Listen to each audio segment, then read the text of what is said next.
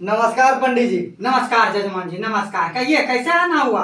मैं ये आपसे राय लेना चाहता हूँ पंडित जी जी कि हर इंसान तो कमाते हैं, ठीक ठीक उसका घर गिरी भी सही चलता है जी लेकिन आज जैसे मान लिया जो हम ही एक इंसान है, जी जी जी आज हम 200 रुपया कमाए जी और मेरे मन में ये लगा है कि साला आज 200 रुपया कमा और 400 रुपया कमाते, ऐसे क्यों लालच पड़े रहता है इंसान के दिमाग में? ठीक, लालच मतलब क्यों इसका ही कैलकुलेशन करने आए हो। हाँ पंडित जी, यही ठीक सोच है, रहा हूँ। सुनिए, हम्म, बहुत अति उत्तम की बात है हाँ जो कि आपके अंदर हाँ आपका एक प्रतिशोध का उजाला आपके मन में बना रहा है, क्षमता है। अच्छा। कि आज मैंने 2 रुपया कमाया हाँ। तो कल मैं 4 रुपया कमाऊंगा। हाँ। कल 4 रुपया कमाया तो परसों मैं 6 रुपया 10 रुपया 8 रुपया कमाएंगे। हाँ। बहुत अति उत्तम की बात है। अच्छा। ये आदमी के अंदर कोई भी हर चीज जागरूक होना चाहिए। हाँ। जब तक अगर ये नहीं होगा तो आदमी और इंसान आगे नहीं बढ़ेगा। अच्छा। लेकिन हाँ, इसका एक लिमिट है हाँ कि इंसान को ये ख्वाब और खूबी बनाए रखना चाहिए,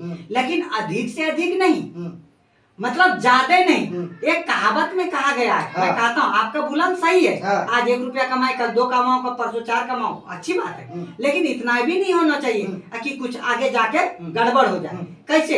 एक आदमी का कहावत कहा गया है भगवान ने कि स्वार्थ लागी हाँ। होई प्रीति। अच्छा। मतलब स्वार्थ लागी होई प्रीति और लालच बुरी बला। भला है। जो लालच बुरी बलाई, मतलब इसका अर्थ यह हुआ कि आदमी को न तो अधिक से अधिक ज्यादा स्वार्थ करना चाहिए, न ज्यादा से ज्यादा लालच करना चाहिए। हाँ। नियम के अनुसार, भगवान के अनुसार से करना चाहिए। आदमी स्वार्थ भी करो ताकि उतना जख्म न पहुंचे, लालच भी करो, दिमाग भी बढ़ो, आज ये करूंगा कल वो करूं, पर इतना ही लालच मत करो जो कि तुम्हारा आगे चल के नष्ट हो जाए।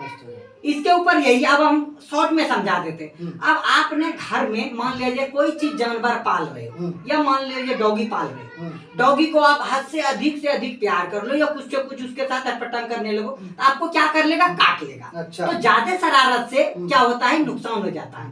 ज्यादा शरारत हुआ, ज्यादा स्वार्थ हुआ, ज्यादा लालच हुआ, इसमें क्या होता है? आदमी का धीरे धीरे मतलब कोई भी चीज गड़बड़ हो जाता है। अच्छा। अब आप ऐसे अगर नहीं समझ रहे तो हम एक आपको फुल फॉर्म समझा। हाँ, समझाना पंडित जी। फुल फॉर्मूला समझाता हूँ। धरती पर भगवान ने 2 किस्म का इंसान भेजा। अच्छा। कैसे भेजा? एक खुद ब्राह्मण बना के भेजा और एक राजपूत सिंह बना के भेजा।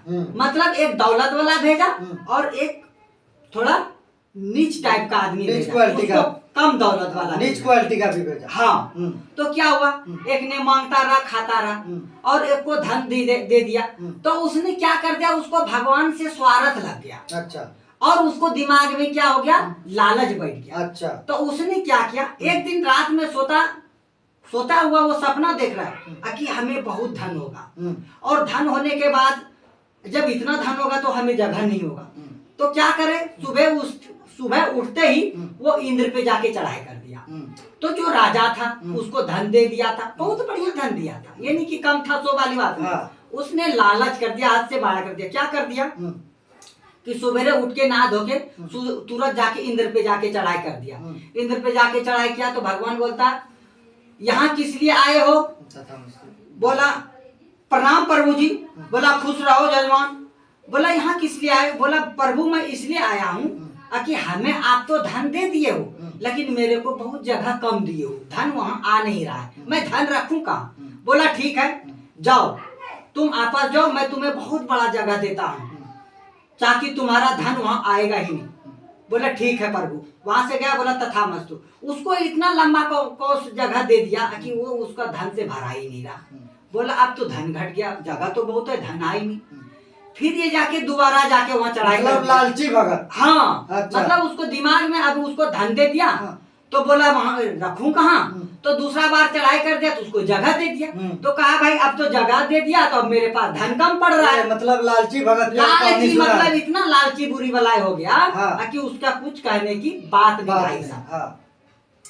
तो फिर जाके 3वारा बार चढ़ाई कर दिया। हाँ। अब बोल रहे प्रभु वहां पे इंद्र भगवान सब आपस में देवी देवता कह रहा है, निर्णय कर रहा है कि इसका क्या किया जाए। अब इसका क्या चीज का कमी पड़ गया? हर चीज होते हुए फिर भी यहाँ चढ़ाई कर रहा है बार बार। तो वहां से आया, सब प्रभु ने देवता ने निर्णय कर लिया। बोला भाई अब की बार ये किस लिए आया? बोला प्रभु मेरे को तो आपने इतना जगह दे दिया, मेरे पास धन कम पड़ गया। बोला धन कम पड़ गया? तो फिर उसको बोला ठीक है जाओ धन दे दिया। धन इतना दे दिया कि अब वो 4 बार जाके चढ़ाई कर दिया।